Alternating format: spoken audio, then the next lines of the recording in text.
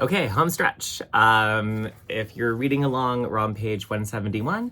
This is the final chapter, volume 3, chapter 7, again, page 171, starting in the voice of Victor Frankenstein. My present situation was one in which all voluntary thought was swallowed up and lost. I was hurried away by fury. Revenge alone endowed me with strength and composure. It modeled my feelings and allowed me to be calculating and calm at periods when otherwise delirium or death would have been my portion. My first resolution was to quit Geneva forever, my country which, when I was happy and beloved, was dear to me, now in my adversity became hateful. I provided myself with a sum of money, together with a few jewels which had belonged to my mother, and departed. And now my wanderings began, which are to cease but with life. I have traversed a vast portion of the earth and have endured all the hardships which travelers in deserts and barbarous countries are wont to meet. How I have lived I hardly know. Many times have I stretched my failing limbs upon the sandy plain and prayed for death, but revenge kept me alive. I dared not die and leave my adversary in being. When I quitted Geneva, my first labor was to gain some clue by which I might trace the steps of my fiendish enemy. But my plan was unsettled, and I wandered many hours around the confines of the town, uncertain what path I should pursue. As night approached, I found myself at the entrance of the cemetery where William, Elizabeth, and my father reposed. I entered it and approached the tomb which marked their graves. Everything was silent, except the leaves of the trees, which were gently agitated by the wind. The night was nearly dark, and the scene would have been solemn and affecting even to an uninterested observer. The spirits of the departed seemed to flit around and to cast a shadow, which was felt but seen not, around the head of the mourner. The deep grief which this scene had at first excited quickly gave way to rage and despair. They were dead, and I lived. Their murderer also lived, and to destroy him, I must drag out my weary existence. I knelt on the grass and kissed the earth, and with quivering lips exclaimed, by the sacred earth on which I kneel, by the shades that wander near me, by the deep and eternal grief that I feel, I swear, and by thee, O night, and by the spirits that preside over thee, I swear to pursue the demon who causes this misery until he or I shall perish in mortal conflict. For this purpose, I will preserve my life, to execute this dear revenge which I again behold the sun and tread the green herbage of earth, which otherwise should vanish from my eyes forever. And I call on you, spirits of the dead, and on you, wandering ministers of vengeance, to aid and conduct me in my work. Let the cursed and hellish monster drink deep of agony. Let him feel the despair that now torments me. I had begun my adjuration with solemnity and an awe which almost assured me that the shades of my murdered friends heard and approved my devotion. But the furies possessed me as I concluded, and rage choked my utterance. I was answered through the stillness of night by a loud and fiendish laugh. It rung on my ears long and heavily. The mountains re-echoed it, and I felt as if all hell surrounded me with mockery and laughter. Surely, in that moment, I should have been possessed by frenzy and have destroyed my miserable existence, but that my vow was heard and that I was reserved for vengeance. The laughter died away, when a well-known and abhorred voice, apparently close to my ear, addressed me in an audible whisper. I am satisfied, miserable wretch. You have determined to live, and I am satisfied. I darted towards the spot from which the sound proceeded, but the devil eluded my grasp. Suddenly the broad disk of the moon arose and shone fully upon his ghastly and distorted shape as he fled with more than mortal speed. I pursued him, and for many months this has been my task. Guided by a slight clue, I followed the windings of the Rhone, but vainly. The blue Mediterranean appeared, and by a strange chance, I saw the fiend enter by night and hide himself in a vessel bound for the Black Sea. I took my passage in the same ship, but he escaped, I know not how.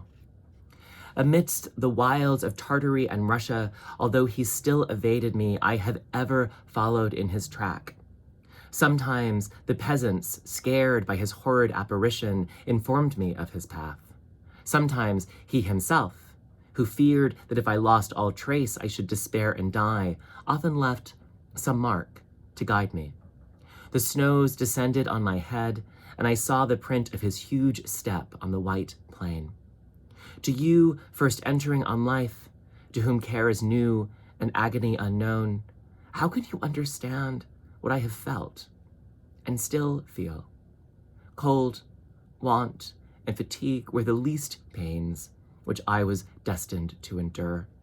I was cursed by some devil and carried about with me my eternal hell. Yet still a spirit of good followed and directed my steps, and when I most murmured would suddenly extricate me from seemingly insurmountable difficulties. Sometimes, when nature, overcome by hunger, sunk under the exhaustion, a repast was prepared for me in the desert that restored and inspirited me. The fare was indeed coarse, such as the peasants of the country ate, but I may not doubt that it was set there by the spirits that I had invoked to aid me. Often, when all was dry, the heavens cloudless, and I was parched by thirst, a slight cloud would bedim the sky, shed the few drops that revived me, and vanish. I followed when I could the courses of the rivers, but the demon generally avoided these, and it was here that the population of the country chiefly collected. In other places, human beings were seldom seen, and I generally subsisted on the wild animals that crossed my path. I had money with me and gained the friendship of the villagers by distributing it, or bringing with me some food that I had killed, which, after taking a small part, I always presented to those who had provided me with fire and utensils for cooking. My life, as it passed thus, was indeed hateful to me. And it was during sleep alone that I could taste joy. Oh, blessed sleep! Often, when most miserable, I sank to repose, and my dreams lulled me even to rapture. The spirits that guarded me had provided these moments, or rather hours, of happiness, that I might retain strength to fulfill my pilgrimage. Deprived of this respite, I should have sunk under my hardships. During the day, I was sustained and inspirited by the hope of night.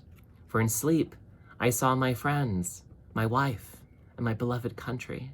Again, I saw the benevolent countenance of my father, heard the silver tones of Elizabeth's voice, and beheld Clerval enjoying health and youth. Often, when wearied by a toilsome march, I persuaded myself that I was dreaming, until night should come, and that I should then enjoy reality in the arms of my dearest friends. What agonizing fondness did I feel for them? How did I cling to their dear forms as sometimes they haunted even my waking hours, and persuaded myself that they still lived. At such moments, vengeance that burned within me died in my heart, and I pursued my path towards the destruction of the demon more as a task enjoined by heaven, as the mechanical impulse of some power of which I was unconscious, than as the ardent desire of my soul. What his feelings were, who I pursued, I cannot know. Sometimes, indeed, he left marks in writing on the barks of the trees, or cut in stone that guided me and instigated my fury. "My reign is not yet over." These words were legible in one of these inscriptions. "You live, and my power is complete. Follow me, I seek the everlasting ices of the north, where you will feel the misery of cold, frost, to which I am impassive. You will find near this place, if you follow not too tardily, a dead hare. Eat and be refreshed. Come on, my enemy. We have yet to wrestle for our lives, but many hard and miserable hours must you endure until that period shall arrive." Scoffing devil, again do I vow vengeance. Again do I devote thee, miserable fiend, to torture and death. Never will I omit my search until he or I perish, and then with what ecstasy shall I join my Elizabeth, and those who even now prepare for me the reward of my tedious toil and horrible pilgrimage. As I still pursued my journey to the northward, the snows thickened, and the cold increased in a degree almost too severe to support. The peasants were shut up in their hovels, and only a few of the most hardy ventured forth to seize the animals whom starvation had forced from their hiding places to seek for prey. The rivers were covered with ice, and no fish could be procured, and thus I was cut off from my chief article of maintenance. The triumph of my enemy increased with the difficulty of my labors.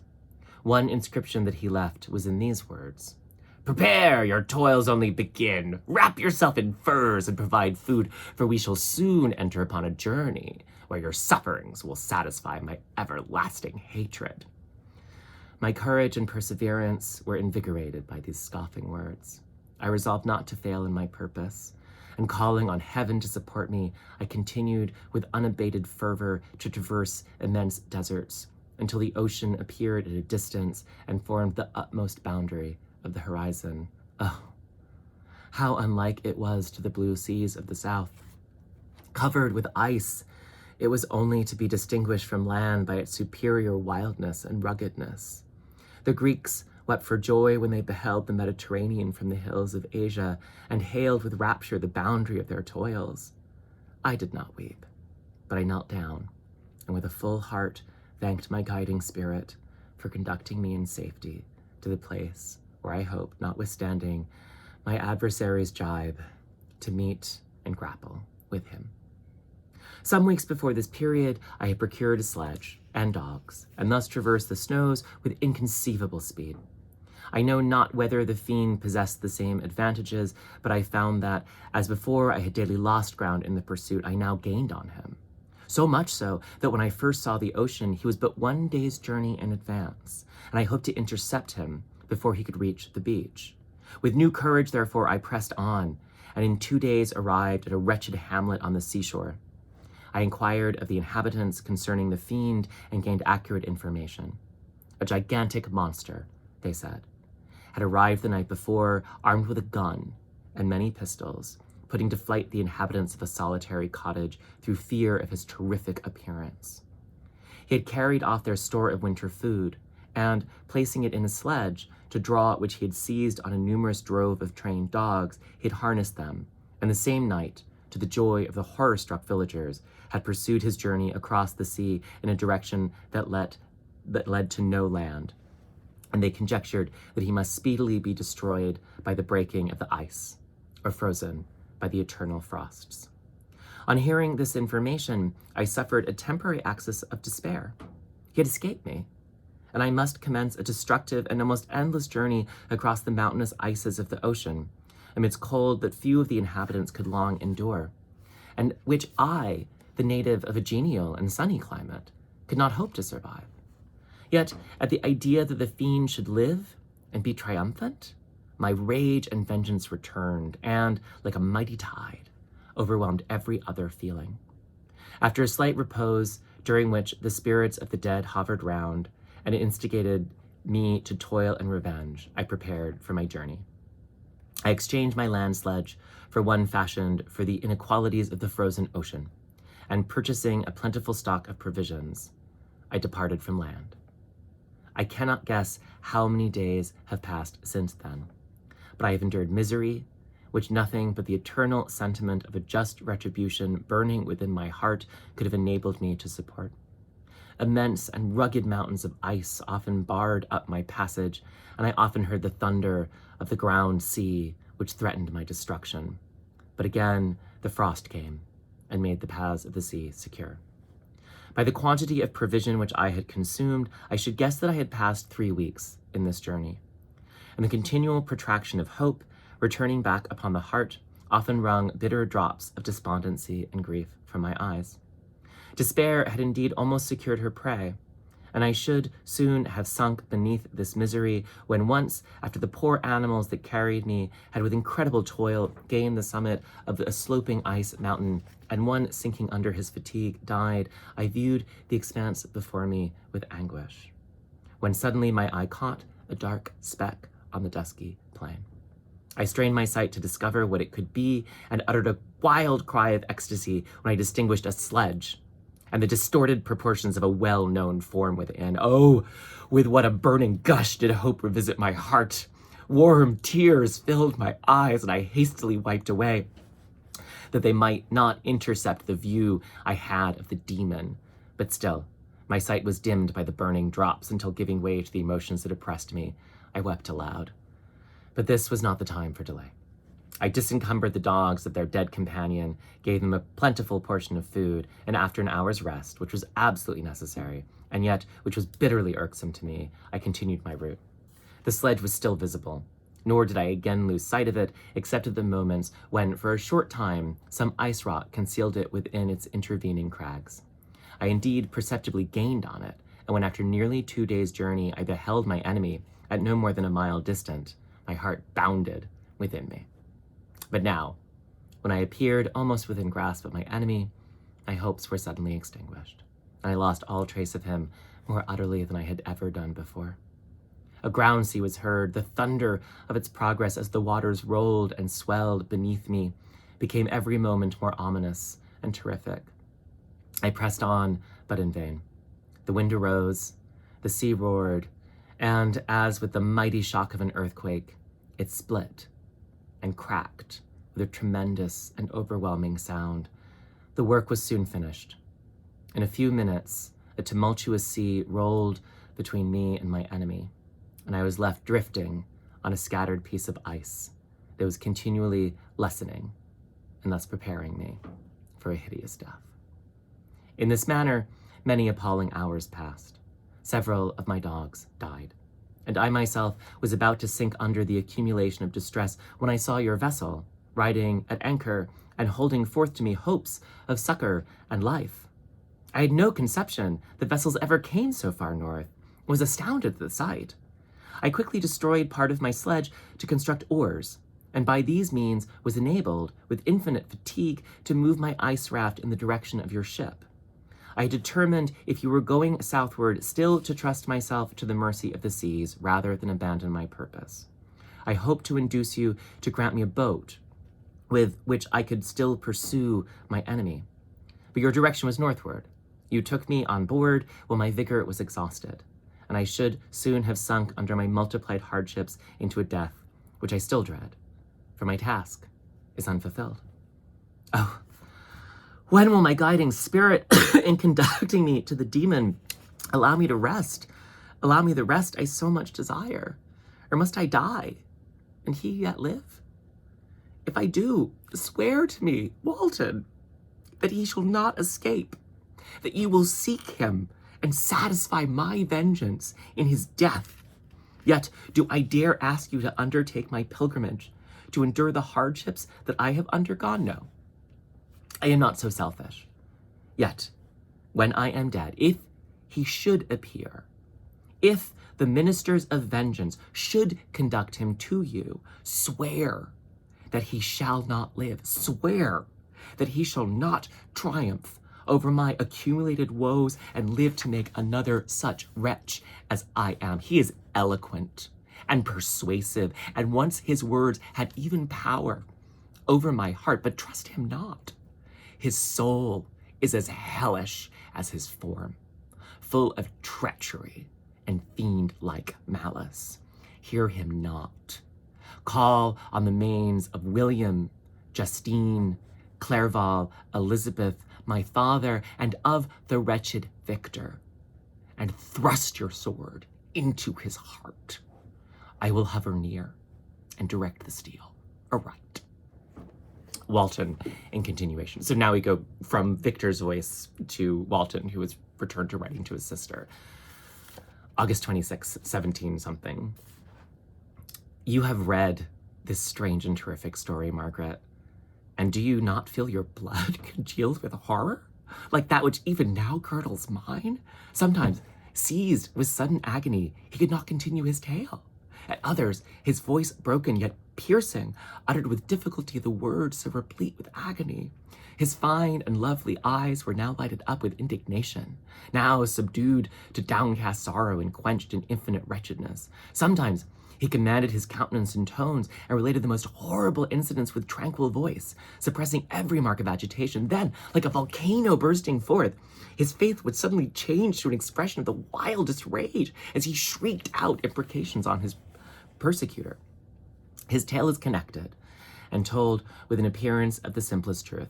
Yet I own to you that the letters of Felix and Safie, which he showed me, and the apparition of the monster seen from our ship brought me to greater conviction of the truth of his narrative than his asseverations, however earnest and connected.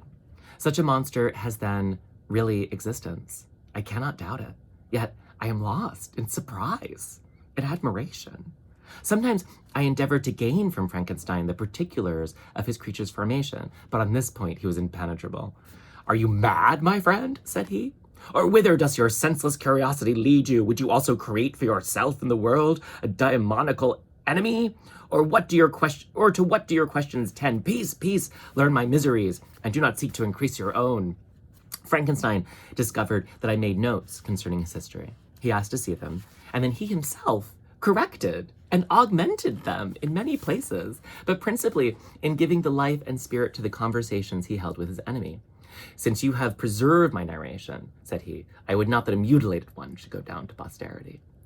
Thus has a week passed away, while I have listened to the strangest tale that ever imagination formed. My thoughts and every feeling in my soul have been drunk up by the interest from my guest, which this tale and his own elevated and gentle manners have created. I wish to soothe him, yet can I counsel one so infinitely miserable, so destitute of every hope of consolation to live? Oh, no. The only joy that he can know now will be when he composes his shattered feelings to peace and death. Yet he enjoys one comfort, the offspring of solitude and delirium. He believes that when in dreams he holds converse with his friends and derives from that communion consolation for his miseries or excitements to his vengeance, that they are not the creations of his fancy, but the real beings who visit him from the regions of a remote world. This faith gives a solemnity to his reveries that render them to me almost as imposing and interesting as truth. Our conversations are not always confined to his own history and misfortunes. On every point of general literature, he displays unbounded knowledge and a quick and piercing apprehension.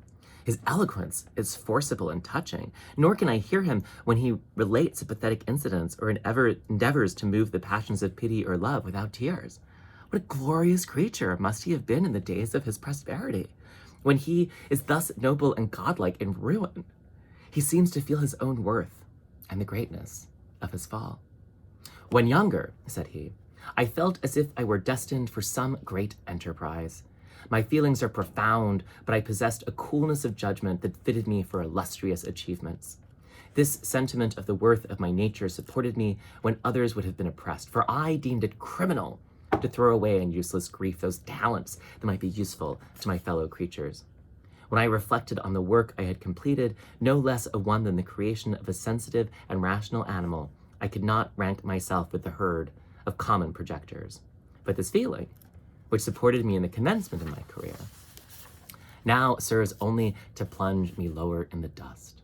All my speculations and hopes are as nothing. And like the archangel who aspired to omnipotence, I am chained in an eternal hell. My imagination was vivid, yet my powers of analysis and application were intense. By the union of these qualities, I conceived the idea and executed the creation of a man. Even now, I cannot recollect without passion my reveries while the work was incomplete.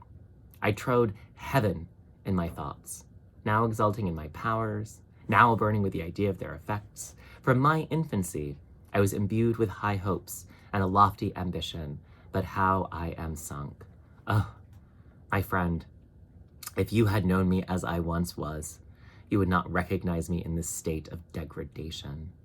Despondency rarely visited my heart.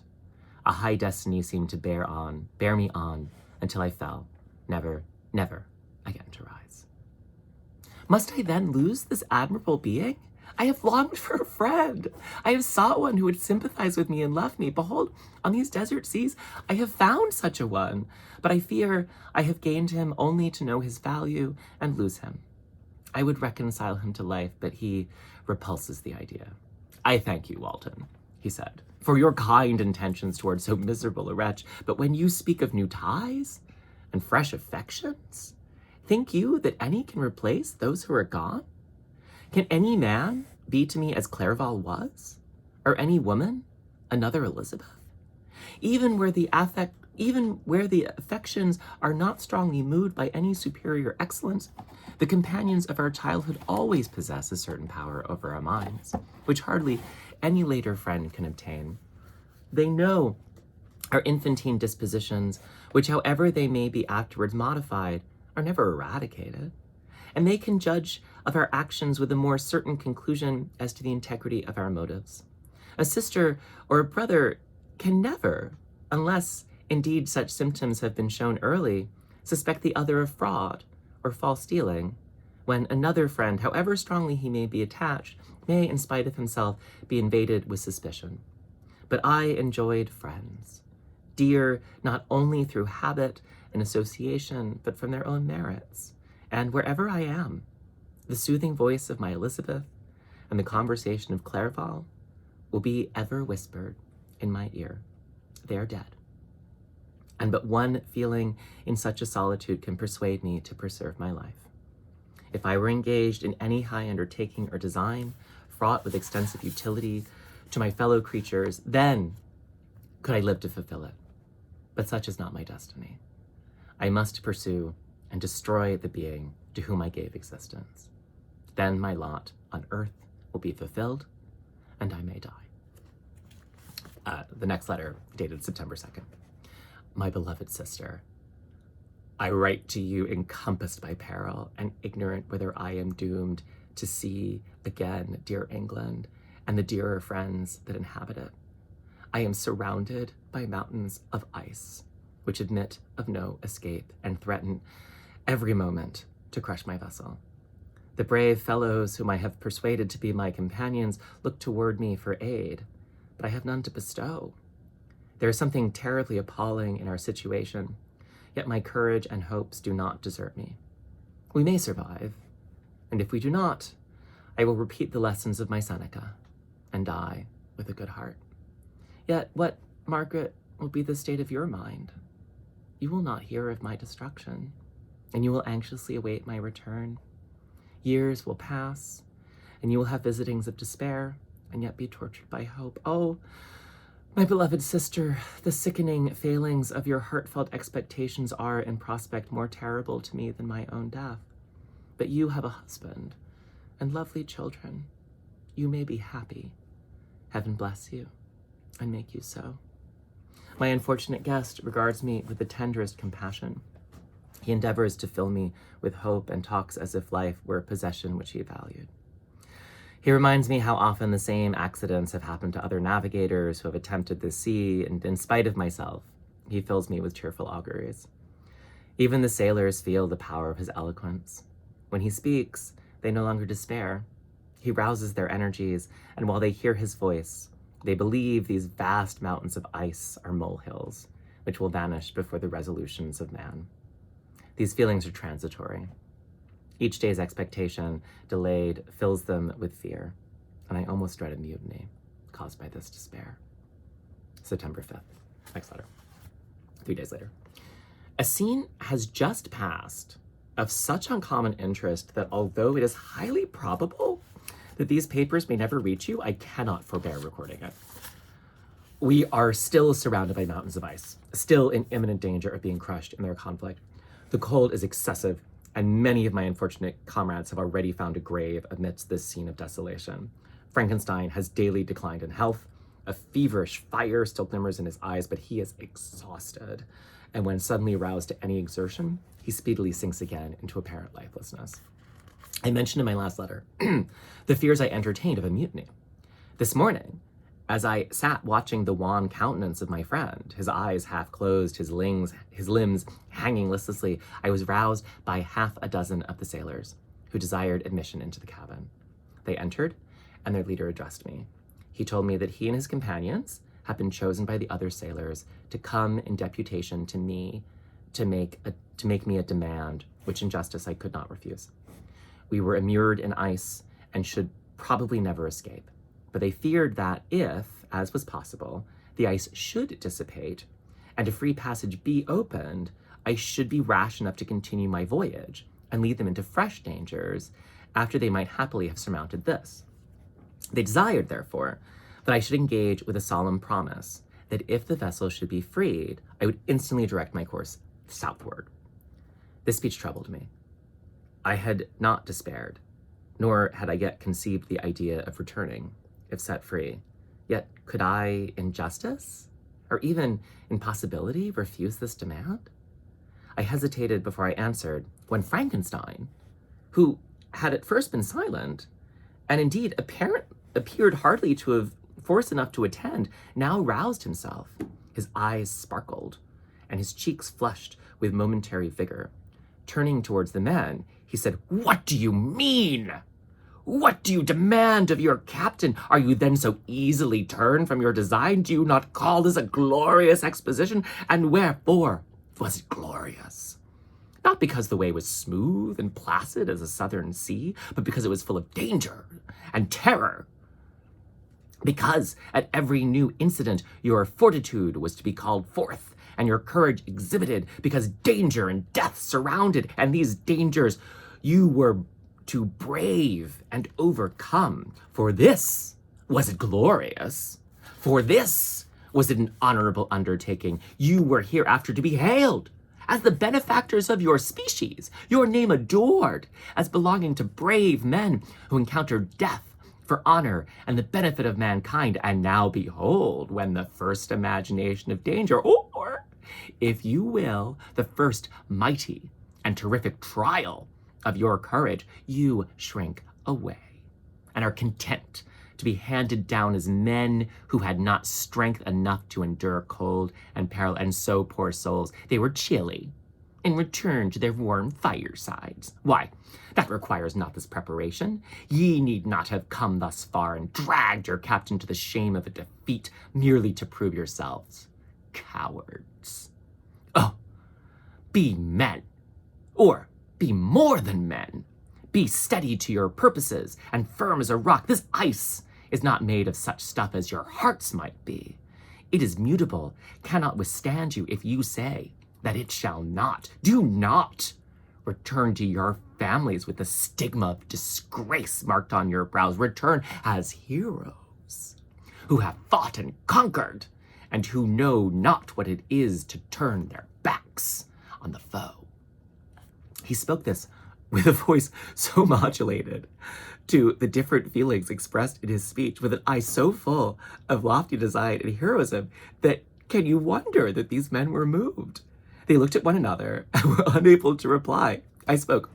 I told them to retire and consider of what had been said, that I would not lead them further north if they strenuously desired the contrary, but that I hoped, with reflection, that their courage would return. They retired, and I turned towards my friend, but he was sunk in languor and almost deprived of life. How all this will terminate, I know not, but I had rather die than return shamefully, my purpose unfulfilled. Yet I fear such will be my fate. The men, unsupported by ideas of glory and honor, can never willingly continue to endure their present hardships. The next letter is dated September 7th. The die is cast. I have consented to return if we are not destroyed. Thus are my hopes blasted by cowardice and indecision. I come back ignorant and disappointed. It requires more philosophy than I possess to bear this injustice with patience. September 12th, next letter. It is past. I am returning to England. I have lost my hopes of utility and glory. I have lost my friend. But I will endeavor to detail these bitter circumstances to you, my dear sister, and while I am wafted towards England and towards you, I will not despond. September 9th, the ice began to move, and roarings like thunder were heard at a distance as the island split and cracked in every direction. We were in the most imminent peril, but as we could only remain passive, my chief attention was occupied by my unfortunate guest, whose illness increased in such degree that he was entirely confined to his bed. The ice cracked behind us and was driven with force towards the north. A breeze sprung from the west, and on the 11th, the passage towards the south became perfectly free. When the sailors saw this, and that their return to their native country was apparently assured, a shout of tumultuous joy broke from them, loud and long continued.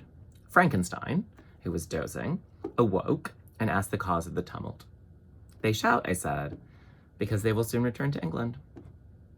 Do you really then return? Alas, yes, I cannot withstand their demands. I cannot lead them unwillingly to danger, and I must return. Do so if you will, but I will not. You may give up your purpose, but mine is assigned to me by heaven, and I dare not. I am weak, but surely the spirits who assist my vengeance will endow me with sufficient strength. Saying this, he endeavored to spring from the bed, but the exertion was too great for him.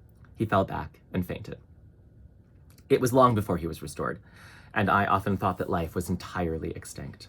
At length he opened his eyes, but he breathed with difficulty and was unable to speak. The surgeon gave him the composing draught and ordered us to leave him undisturbed. In the meantime, he told me that my friend had certainly not many hours to live. His sentence was pronounced, and I could only grieve and be patient. I sat by his bed watching him. His eyes were closed, and I thought he slept, but presently he called to me in a feeble voice, and bidding me come near, said, "Alas, the strength I relied on is gone. I feel that I shall soon die, and he, my enemy and persecutor, may still be in being. Think not, Walton, that in the last moments of my existence I feel that burning hatred and ardent desire of revenge I once expressed, but I feel myself justified in desiring the death of my adversary. During these last days, I have been occupied in examining my past conduct, nor do I find it blamable. In a fit of enthusiastic madness, I created a rational creature. I was bound towards him to assure as far as was in my power his happiness and well-being. This was my duty. But there was another still paramount to that. My duties towards my fellow creatures had greater claims to my attention, because they included a greater proportion of happiness or misery. Urged by this view, I refused, and I did right in refusing to create a companion for the first creature. He showed unparalleled malignity and selfishness in evil. He destroyed my friends. He devoted to destruction beings who possessed exquisite sensations, happiness, and wisdom. Nor do I know where this thirst for vengeance may end. Miserable himself, that he may render no other wretched, he ought to die. The task of his destruction was mine, but I have failed. When actuated by selfish and vicious motives, I asked you to undertake my unfinished work. I renew this request now, when I am only induced by reason and virtue. Yet, I cannot ask you to renounce your country and friends to fulfill this task, and now that you are returning to England, you will have little chance of meeting with him. By the consideration of these points and the well-balancing of what you may esteem your duties, I leave to you. My judgment and ideas are already disturbed by the near approach of death. I dare not ask you to do what I think right, for I may still be misled by passion. That he should live to be an instrument of mischief disturbs me. In other respects, this hour, when I momentarily expect my release, is the only happy one which I have enjoyed for several years. The forms of the beloved dead flit before me, and I hasten to their arms. Farewell, Walton. Seek happiness and tranquility, and avoid ambition, even if it be only the apparently innocent one of distinguishing yourself in science and discoveries. Yet, why do I say this? I have myself been blasted in these hopes, yet another may succeed. His voice became fainter as he spoke, and at length, exhausted by his effort, he sunk into silence. About half an hour afterwards, he attempted again to speak, but was unable. He pressed my hand feebly, and his eyes closed forever. while the irradiation of a gentle smile passed away from his lips. Margaret, what comment can I make on the untimely extinction of this glorious spirit? What can I say that will enable you to understand the depth of my sorrow? All that I should express would be inadequate and feeble. My tears flow. My mind is overshadowed by a cloud of disappointment, but I journey towards England, and I may there find consolation. I am interrupted. What do these sounds portend? It is midnight. The breeze blows fairly, and the watch on deck scarcely stir. Again, there is a sound as of a human voice, but hoarser. It comes from the cabin, where the remains of Frankenstein still lie. I must arise and examine. Good night, my sister. Great God. What a scene has just taken place. I am yet dizzy with the remembrance of it. I hardly know whether I shall have the power to detail it, and yet the tale which I have recorded would be incomplete without this final and wonderful catastrophe. I entered the cabin, where lay the remains of my ill-fated and admirable friend. Over him hung a form which I cannot find words to describe, gigantic in stature, yet uncouth and distorted in its proportions. As he hung over the coffin, his face was concealed by long locks of ragged hair, but one vast hand was extended, in color and apparent texture like that of a mummy. When he heard the sound of my approach, he ceased to utter exclamations of grief and horror and sprung towards the window. Never did I behold a vision so horrible as his face, of such loathsome yet appalling hideousness. I shut my eyes involuntarily and endeavored to recollect what were my duties with regard to this destroyer. I called on him to stay.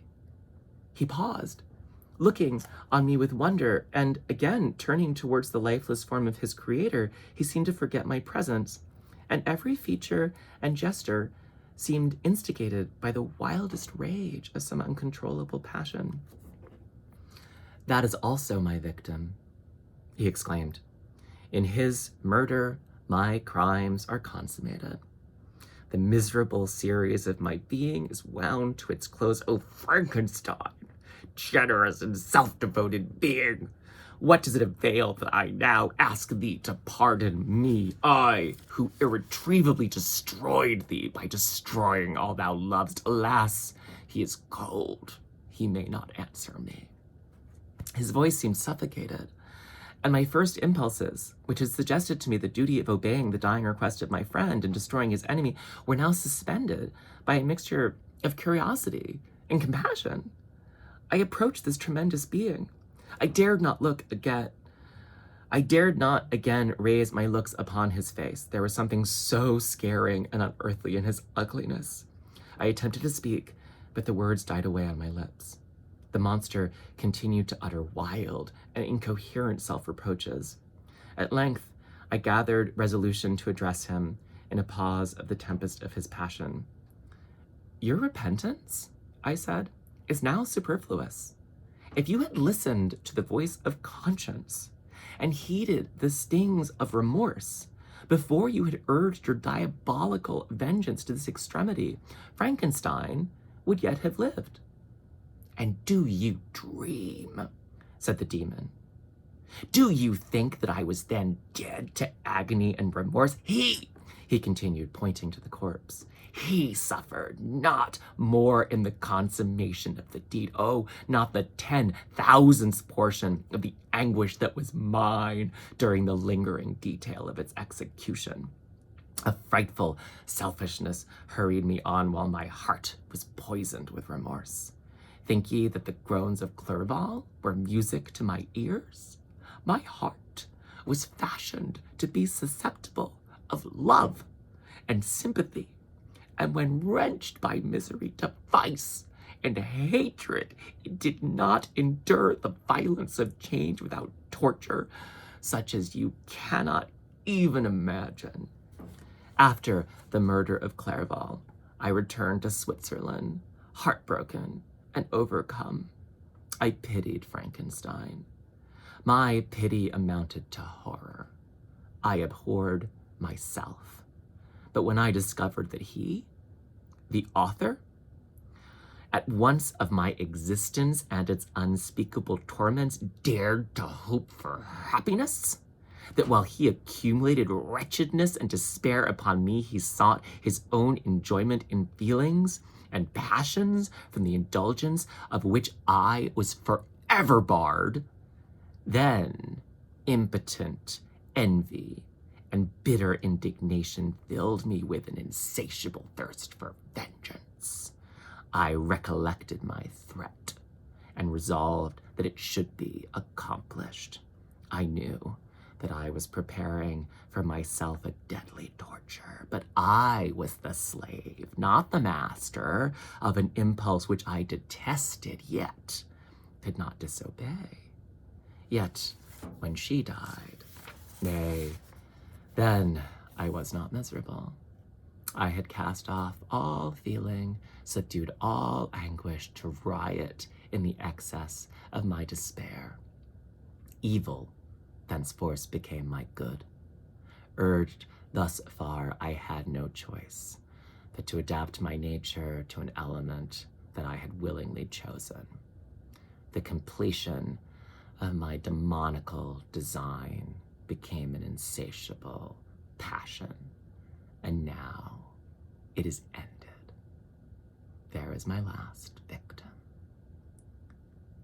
I was at first touched by the expression of his misery, yet when I called to mind what Frankenstein had said of his powers of eloquence and persuasion, and when I again cast my eyes on the lifeless form of my friend, indignation was rekindled within me. "Wretch," I said, "it is well that you come here to whine over the desolation that you have made. You throw a torch into a pile of buildings, and when they are consumed, you sit among the ruins and lament the fall.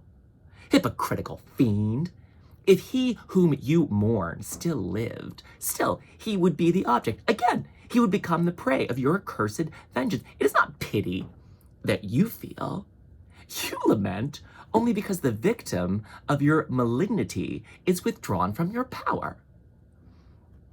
"Oh, it is not thus. Not thus," interrupted the being. "Yet such must be the impression conveyed to you by what appears to be the purport of my actions. Yet I seek not a fellow feeling in my misery, no sympathy may I ever find. When I first sought it, it was the love of virtue, the feelings of happiness and affection with which my whole being overflowed, that I wished to be participated. But now that virtue has become to me a shadow, and that happiness and affection are turned into bitter and loathing despair, in what should I seek for sympathy? I am content to suffer alone, while my sufferings shall endure.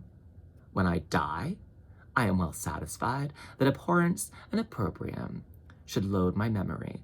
Once my fancy was soothed with dreams of virtue, of fame, of enjoyment.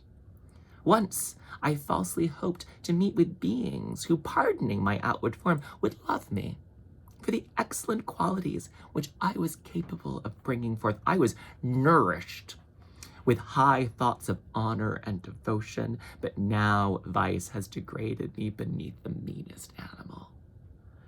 No crime, no mischief, no malignity, no misery can be found comparable to mine. When I call over the frightful catalogue of my deeds, I cannot believe that I am he whose thoughts were once filled with sublime and transcendent visions of the beauty and the majesty of goodness. But it is even so. The fallen angel becomes a malignant devil. Yet even that enemy of God and man had friends and associates in his desolation. I am quite alone. You, who call Frankenstein your friend, seem to have a knowledge of my crimes and his misfortunes, but in the detail which he gave you of them, he could not sum up the hours and months of misery which I endured wasting in impotent passions. For whilst I destroyed his hopes, I did not satisfy my own desires. They were forever ardent and craving. Still, I desired love and fellowship, and I was still spurned. Was there no injustice in this? Am I to be thought the only criminal when all humankind sinned against me? Why do you not hate Felix, who drove his friend from his door with contumely? Why do you not execrate the rustic who sought to destroy the savior of his child? Nay, these are virtuous and immaculate beings. I, the miserable and the abandoned, am an abortion, to be spurned at and kicked and trampled on.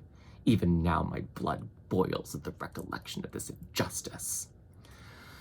But it is true that I am a wretch.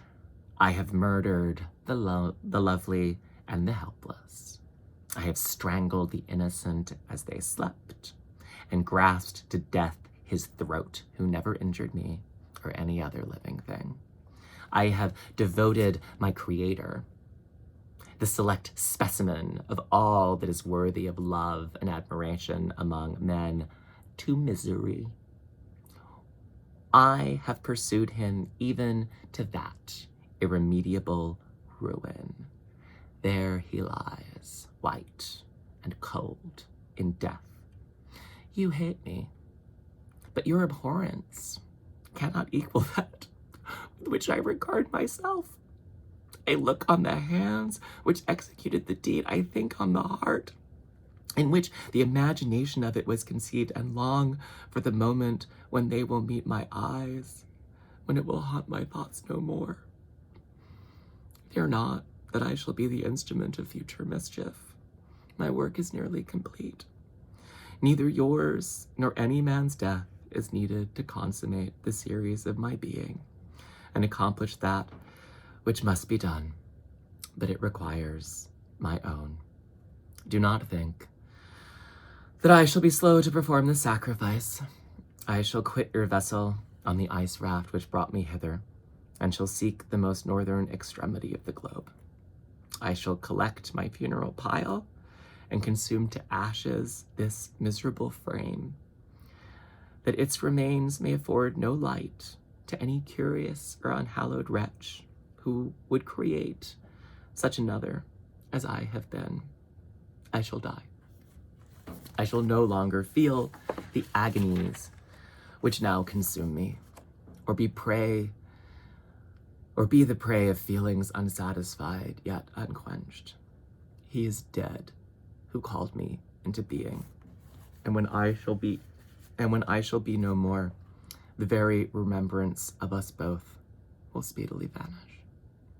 I shall no longer see the sun or stars, or feel the winds play in my cheeks.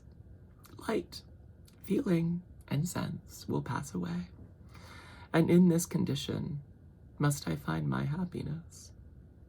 Some years ago, when the images which this world affords first opened upon me, when I felt the cheering warmth of summer and heard the rustling of the leaves and the chirping of the birds, and these were all to me, I should have wept to die. Now, it is my only consolation, polluted by crimes and torn by the bitterest remorse. Where can I find rest but in death? Farewell. I leave you, and in you the last of humankind, whom these eyes will ever behold. Farewell, Frankenstein. If thou wert yet alive, and yet cherished a desire of revenge against me, it would be better satiated in my life than in my destruction. But it was not so. Thou didst seek my extinction, that I might not cause greater wretchedness, and if yet in some mode unknown to me thou hast not yet ceased to think and feel, thou desirest not my life for my own misery. Blasted as thou wert, my agony was still superior to thine, for the bitter sting of remorse may not cease to rankle in my wounds until death shall close them forever. But soon, he cried with sad and solemn enthusiasm, I shall die, and what I now feel be no longer felt. Soon these burning miseries will be extinct. I shall ascend my funeral pile triumphantly and exult in the agony of the torturing flames. The light of that conflagration will fade away. My ashes will be swept into the sea by the winds. My spirit will sleep in peace. Or if it thinks, it will not surely think thus. Farewell. He sprung from the cabin window as he said this, upon the ice raft which lay close to the vessel. He was soon borne away by the waves and lost in darkness and distance. The end. Okay, so there you have it. I hope you enjoyed.